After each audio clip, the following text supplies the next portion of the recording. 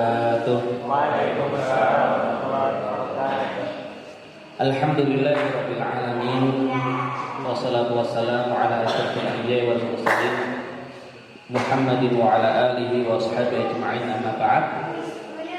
Para ayah peradaban, para bunda peradaban dan keluarga peradaban secara umum, alhamdulillah pada malam hari ini Allah Subhanahu wa taala kumpulkan kita di tempat yang insyaallah menjadi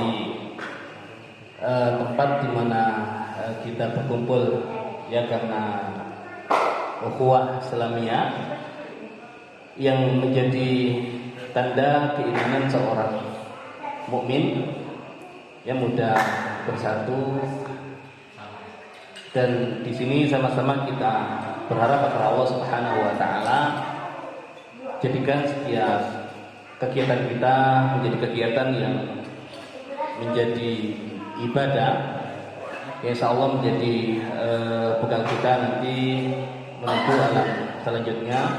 Dan semoga sebagaimana Allah Subhanahu wa taala kumpulkan kita di tempat ini, Allah Subhanahu wa taala kumpulkan kita semua di surganya Allah Subhanahu wa taala.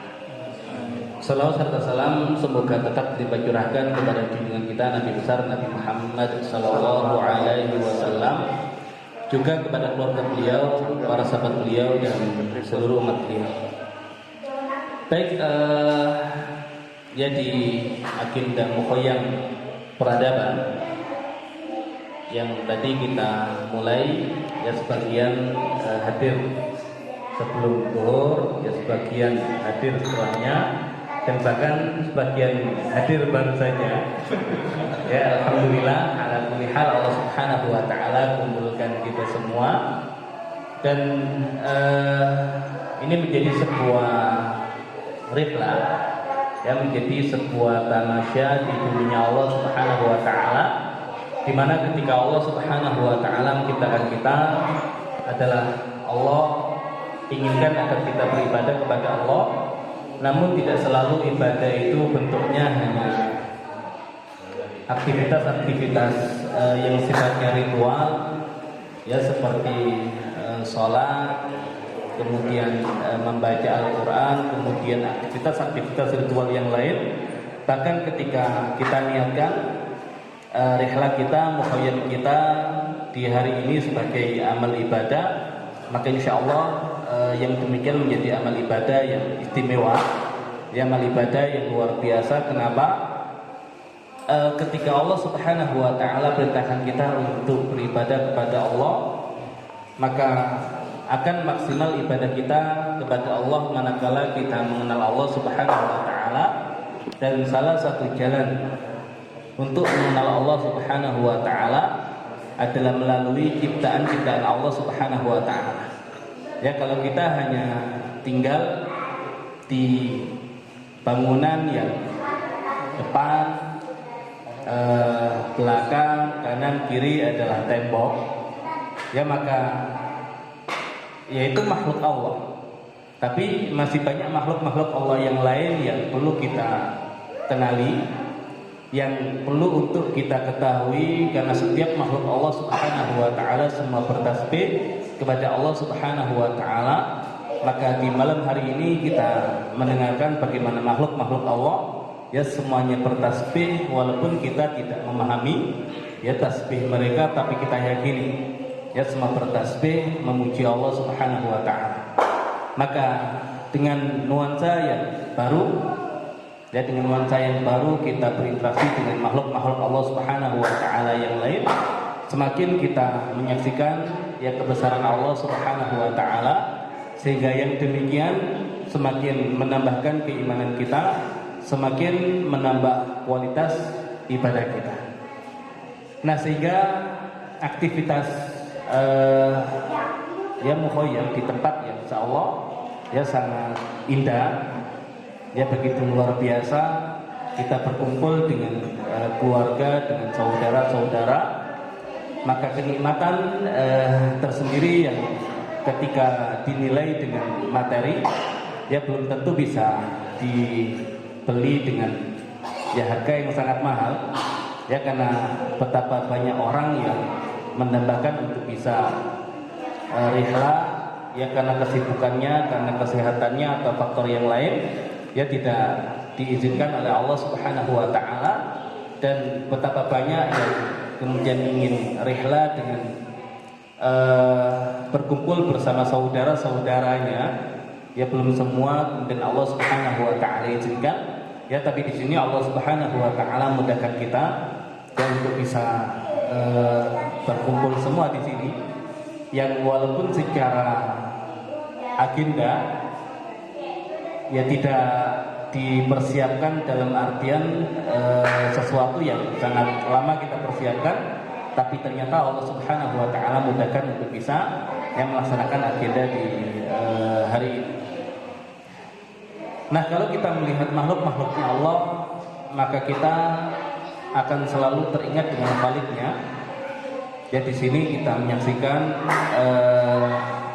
betapa ya gunung makhluk Allah Subhanahu wa taala yang begitu besar. Ya, kita meyakini gunung menjadi makhluk yang tunduk dan patuh kepada Allah, maka semakin kita merasa kita ini adalah makhluk yang kecil, yang ketika kita merasa diri kita adalah makhluk yang kecil, maka tidak pantas ya kemudian kita menyombongkan diri, ya kita merasa besar di hadapan Allah, tapi yang ada kita semakin merasa diri kita itu rendah, diri kita itu lemah, dan dengan perasaan itu Allah Subhanahu wa taala jadikan kita selalu bergantung hanya kepada Allah Subhanahu wa taala. Ya, karena Allah Subhanahu wa taala menciptakan manusia dalam keadaan lemah agar apa? Agar manusia merasa butuh kepada Allah. Karena manusia yang tidak merasa butuh kepada Allah, maka dia akan ya dia akan melampaui batas. Kalla innal insana la yatgha, sekali-kali tidak, ya kalian akan mendapati manusia itu akan melampaui batas ar-ra'ahu tahna, ketika dia merasa dirinya cukup, ya tidak butuh kepada Allah. Nah, di sini kita merasakan ya kita adalah makhluk yang kecil di tengah luasnya ciptaan Allah yang bernama gunung ini. Kemudian kalau kita rasakan nuansa yang ada di gunung ini, ya maka nuansanya adalah nuansa surga. Ya, terlebih adanya tenda-tenda yang dibuat, ya semakin menambah nuansa surga yang begitu sangat ya erat dan kuat. Ya, di Al-Quran kalau kita cari kata kemah, kira-kira ada tidak di Al-Quran kata kemah? Ya, kemah itu bahasa Arabnya khaymah. Ya, jadi kita ini sedang berkemah, dan kata kemah itu tadi dari bahasa Arab khaymah, dan khaymah itu jamaknya khiyam. Nah, ada tidak kata khiyam di dalam Al-Quran?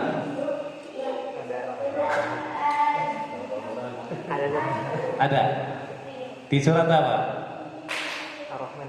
Ar-Rahman ayat yang ke? Ini nanti kita tanya-tanya ke halaman berapa? Ya, ganjil atau genap ya? Ya, kemudian samping kanan, kiri, atas, tengah, bawah, atau sebelah mana? Kanan atau kiri? Kiri. Di halaman itu satu surat saja atau ada dua surat? Ada surat yang lain. Nah, adapun ayat yang kita maksud itu letaknya di atas, tengah, atau bawah? Baik, apa bunyi ayatnya? Ya, hurum maksuratun fil khiyam. Hur itu jamaknya haura. Haura kalau di kita menjadi haura. Ya, haura itu yang bermata jeli, dan itu digunakan untuk istilah bidadari. Jamaknya haura itu adalah hur. Maksurat yang terjaga, yang terpelihara di mana? Fil khiyam, di dalam tenda-tenda. Ya, maka hari ini tidak semua hur ya datang ke sini karena memang maksuratun fil khiyam. Ya, terpelihara di tenda-tenda karena aktivitas keibuan yang berkaitan dengan anak-anaknya misalkan, ya tidak ada masalah. Jadi ya surga itu tadi jannah. Ya, dan jannah itu adalah taman yang terindah di antara taman-taman yang lain. Ya, ada bustan, itu taman. Ada hadiqah, itu juga taman. Dan jannah itu nanti ada yang modelnya itu hadiqah, tapi ada yang modelnya itu ya bustan secara luas. Ya, kalau hadiqah itu ini levelnya orang bertakwa. Innal muttaqina mafaza hadaiqa wa a'naba. Tahu hadiqah? Hadiqah itu adalah taman yang berpagar. Ya, maksudnya apa? Taman khusus untuk pribadi. Itu hadiqah. Nah, kita masih levelnya belum hadiqah ini. Ya, cuman nggak ada masalah gitu ya. Ya, karena kebersamaan itu juga kenikmatan tersendiri. Tapi nanti ya di surga itu ada kebersamaan. Ya, walaupun kebersamaan itu nanti secara level surganya ya berbeda-beda, tapi ala kulli hal kita mencoba ya surga yang ada di dunia untuk bisa merasakan nanti ya surga yang ada di akhirat. Dan dikatakan inna fi ad-dunya jannah man lam yadkhulha lam yadkhul jannata al-akhirah. Sesungguhnya di dunia itu ada surga, siapa yang belum memasukinya maka dia ya belum akan masuk surga akhirat. Ya, tapi surga di dunia itu apa? Ya adalah at-taqarrub ya ilallah. Ya, perasaan selalu ingin dekat dengan Allah. Ya, dan dekat dengan Allah ya salah satu wujudnya ya kita bisa mengenal Allah melalui ciptaannya, dan di sini pun ya kita bisa rasakan ini. Baik, kalau kita disuruh untuk menyebutkan kira-kira persamaan surga, ya kira-kira persamaan surga dengan aktivitas kita mukhayyam peradaban hari ini, apa saja yang sama? Karena semakin banyak persamaan, insyaallah yang menjadi jalan kita untuk Allah Subhanahu wa taala masukkan dan kumpulkan di dalam surga. Apa saja persamaannya? Ya, pertama, jannah itu adalah taman yang terletak di atas gunung. Makanya ada yang berpendapat Nabi Adam itu jannahnya tidak di langit, tapi jannahnya itu di bumi, yaitu di atas gunung. Sehingga karena di atas gunung dikatakan ihbitu minha jami'an, turun ya darinya semuanya. Dan kata turun itu mengisyaratkan kalau surganya itu tamannya itu memang berada di atas. Ya, tamannya ada di atas. Ya, walaupun yang roji insya Allah jannahnya adalah jannah yang ada di langit. Ya, tapi lagi-lagi jannah itu adalah taman yang ada di atas gunung. Dan kita di atas gunung satu. Terus apa lagi? Hah? Kemah tadi? Ya, ya ada khiyamnya. Ya, ada khiyamnya. Dan kita mendirikan lagi khimah-khimah. Selain itu tertutup. Ya, karena dikatakan jannah itu tertutup. Ya, setiap yang akar katanya jin, nun dan nun itu artinya tertutup. Makanya jin, kenapa dinamakan jin? Tertutup dari pandangan kita. Kenapa junun? Majnun. Ya, karena akalnya tertutup. Kenapa janin disebut janin? Ya, tertutup di dalam rahim ibunya. Ada janan, perasaan. Karena perasaan orang kita tidak tahu, tertutup. Ya, dan setiap akar kata yang akar katanya itu jim nun dan nun, ya artinya tertutup. Dan kita hari ini dengan pohon-pohon yang tinggi menjulang itu kalau dilihat dari tempat yang ada di bawah, itu kita tertutup di situ. Ya seakan-akan kan dilihat dari jauh kan hanya gunung dengan pepohonannya, tapi di situ ada manusianya. Apalagi persamaannya?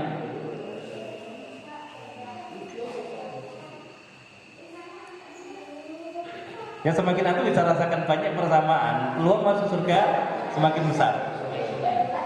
Nah ada tajri min tahtil anhar. Ya jadi belum merasakan surga kalau belum mandi di sungai. Kayak tadi saya sudah mandi duluan.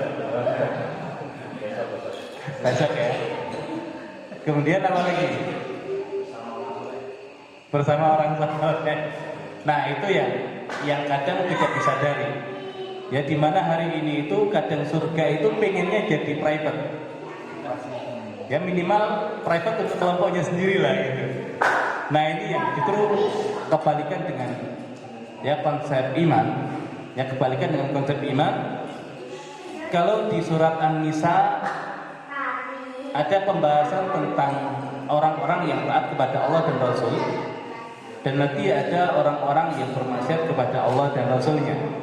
Nah untuk orang-orang yang taat kepada Allah dan Rasulnya, balasannya adalah surga, dan dikatakan khalidina fiha. Tapi untuk orang-orang yang bermaksiat kepada Allah, balasannya adalah neraka dan dikatakan khalidan fiha. Nah kenapa untuk ahlul jannah itu khalidina, tapi untuk ahlun nar itu khalidan? Satunya jamak, satunya mufrad. Apa kira-kira inspirasinya? Kalau di neraka sendiri-sendiri. Di neraka Sendiri-sendiri. sendiri-sendiri. Kalau di surga Bersama-sama. nah bersama-sama. Jadi surga itu kenikmatan, dan kebersamaan itu kenikmatan yang lain. Dan bahkan surga belum terasa surga itu kalau tidak ada kebersamaan. Makanya Nabi Adam alaihissalam ketika Allah subhanahu wa ta'ala ciptakan, maka Nabi Adam tinggal sendiri di surga dengan semua keindahan yang ada di dalamnya. Baru akhirnya Allah subhanahu wa ta'ala ciptakan Hawa, ya pendamping beliau. Dan Allah subhanahu wa ta'ala berfirman, wa qulna ya Adam uskun anta wa zawjukal jannah. Uskun anta wa zawjukal jannah. Harusnya uskun, ya anta fil jannah ma'a zawjatik. Ya tinggallah kamu di surga bersama pasanganmu, bukanlah tinggallah kamu dan pasanganmu di surga. Ya kenapa? Kalau redaksinya tinggallah kamu dan pasanganmu di surga, seakan-akan sebelumnya Nabi Adam belum tinggal di surga. Tapi apakah Nabi Adam sudah tinggal di surga? Sudah. Nah berarti apa yang Allah inginkan dengan kalimat itu? Ya karena surga belum terasa surga. Ya kalau belum ada kebersamaan, ya khususnya dengan keluarga. Nah ini yang surganya nggak maksimal ini. Ya surganya tidak maksimal karena ya nggak ada masalah. Ini baru surga dunia. Ya yang penting nanti surga akhiratnya itu kumpul semua. Ya makanya tadi Allah sebutkan tadi khalidina fiha. Tapi untuk yang di neraka itu siksaan, dan kesendirian itu juga siksaan. Kadang orang itu tersiksa dengan kesendiriannya, ingin ngumpul bareng-bareng. Tapi karena faktor-faktor yang lain itu menjadikan dia nggak bisa ngumpul, itu yakin tersiksa batinnya.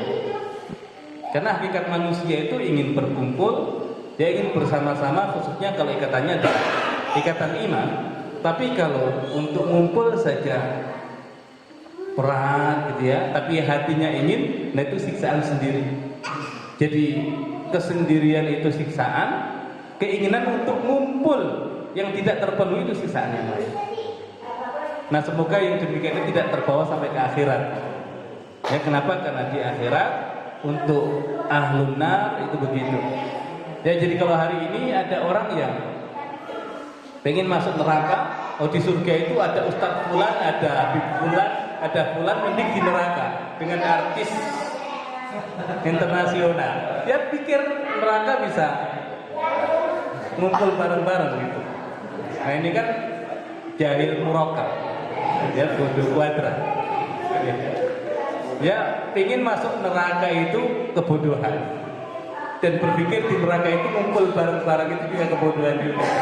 Ya karena jelas khalidan fiha, ya khalidan fiha. Nah di sini kemudian kita bisa berkumpul ya, alhamdulillah. Maka bagian dari kita menghadirkan al-jannah di dunia yang menjadi wasilah kita untuk semakin bersemangat menghadirkan al-jannah fil akhirah. Dan semoga Allah Subhanahu wa taala sebagaimana kumpulkan kita di nuansa yang seperti surga ini, ya Allah kumpulkan kita semua di surganya Allah Subhanahu wa taala. Kemudian ya tadi ada bahasan camping itu dalam tanda kutip nyiksa diri. Ya, nyiksa diri. Ya mukhayyam itu tadi, ya rela itu nyiksa diri. Ya kenapa? Ya di rumah tidur enak, ya di sini harus ya kedinginan, becek-becekan, kemudian tidur ya tidak di atas kasur yang empuk, ya tadi bagian dari ketidaknyamanan. Ya tapi nggak ada masalah yang demikian. Ya karena kadang kita itu ketika nikmat itu sifatnya terus menerus, tidak ada jeda. Ya untuk yang lain ya tidak terasa kenikmatan itu. Ya tidak terasa kenikmatan itu. Nah makanya dengan kita mencari nuansa yang lain, di sini akhirnya kita merasa oh ternyata tidur di atas bantal itu ya kenikmatan yang luar biasa di saat kita tidurnya tidak di atas bantal. Ya tidur di atas kasur yang empuk itu kenikmatan ya di saat kita ya tidurnya tadi tidak di atas kasur yang empuk. Berjalan di jalanan yang aspalnya itu rata itu kenikmatan dibandingkan dengan berjalan di atas ya tanah yang kadang kita tadi kejeblos di situ sampai hujan-hujan. Ya tapi tidak ada masalah dengan yang demikian, semakin kita mensyukuri ya nikmat Allah Subhanahu wa taala. Dan juga di samping itu kita bisa membayangkan ya bagaimana dahulu ya para pendahulu kita dengan perjuangan yang luar biasa. Ya kita belum seberapa, bahkan kita yang merasa senang dengan apa yang kita rasakan hari ini. Ya tapi Nabi SAW dengan para sahabat ya bahkan ya merasa berat ya dengan diboikot itu di celah-celah bukit. Ya maka ya ini kenikmatan. Dan juga kita tidak tahu kondisi ke depan seperti apa. Ya makanya orang beriman itu harus tahu medan. Ya tuh tahu Pangeran Diponegoro itu Belanda tidak bisa ya menangkap beliau ya karena penguasaan medan yang luar biasa. Dan Khalid bin Walid dalam peperangan itu ya selalu menang ya karena penguasaan medan yang luar biasa. Ya maka memang ya kalau mukhayyam itu tidak sekedar mukhayyam, tapi kadang perlu kita belajar ya medan yang ada di sini dan kita tidak tahu ke depan kondisi seperti apa. Ya kalau ternyata harus berlindung di tempat pelindungan ya salah satu opsi tempat pelindungan yang terbaik itu ya di atas gunung. Ya di atas gunung. Nabi SAW ketika perang pun ya dalam kondisi kepepet naik ke Gunung Uhud. Dan nanti di akhir zaman ya ketika Ya'juj dan Ma'juj sudah mulai menyebar di muka bumi, kemana orang-orang beriman? Nah maka gunung menjadi tempat perlindungan yang terbaik. Ya maka perlu dikuasai dari medannya. Ya dan agar anak-anak kita itu ya tadi di samping merasakan ciptaan Allah yang luar biasa, juga menguasai medan di mana dia amanahkan di situ untuk yang menjaga dan memakmurkan buminya Allah Subhanahu wa taala. Dan juga ya beruntung kita bisa berkumpul di sini dengan keluarga-keluarga kita dan akan menjadi pengalaman tersendiri bagi anak-anak kita. Dan kalau anak-anak itu terbiasa dekat dengan keluarganya, ya dengan keluarga soleh yang lainnya, maka insya Allah bahkan sampai besarnya pun ya tidak mudah lepas dari keluarga. Dan kalau tidak mudah lepas dari keluarga, ya maka dia akan selalu teringat keluarganya ketika ada lingkungan yang tidak baik, yang tidak sesuai dengan apa yang dahulu ya dimunculkan oleh keluarganya. Maka kenangan yang indah tentang keimanan yang ada di keluarga dengan semua aktivitasnya itu menjadi benteng tersendiri ketika nantinya ya anak-anak kita harus jauh dari keluarganya. Ya Nabi Yusuf alaihissalam selalu teringat keluarganya, ya teringat ayahnya, sehingga ketika harus tinggal di Mesir yang semua masyarakatnya kufur, ya tetap pada keimanannya. Nah maka banyak hal yang bisa kita ambil sebagai satu pelajaran besar, ya tapi intinya tadi ya kita di sini berkumpul karena Allah Subhanahu Wa Taala, ya dalam ikatan ukhuwah Islamiyah, dan kita berharap ya ikatan ini tidak hanya ada di dunia, tapi sampai Allah Subhanahu Wa Taala ya ikatan itu sehingga kita semua dimasukkan ke dalam surganya Allah Subhanahu Wa Taala. Dan bahkan ketika mendapati ada yang kita ada di sana, ya maka setiap saudara itu akan mengupayakan ya untuk bisa mencari saudaranya, sehingga sebagaimana kita di sini berkumpul ya karena Allah Subhanahu Wa Taala, nanti Allah berikan kita kesempatan untuk memberikan syafaat kepada keluarga kita, kepada saudara-saudara kita, sehingga semuanya akan Allah Subhanahu Wa Taala kumpulkan di dalam surga. Baik, demikian barangkali yang bisa disampaikan. Ya ini sebagai ya renungan bagi kita, ya karena tadi orang yang beriman ya senang untuk berkumpul dan berjamaah, dan itu adalah kenikmatan. Dan orang yang ada masalah dengan imannya maka akan sulit untuk berkumpul. Namun kita yakini yang demikian itu juga bentuk siksaan. Ya demikian, wallahu a'lam bishawab. Assalamualaikum warahmatullahi wabarakatuh. Waalaikumsalam.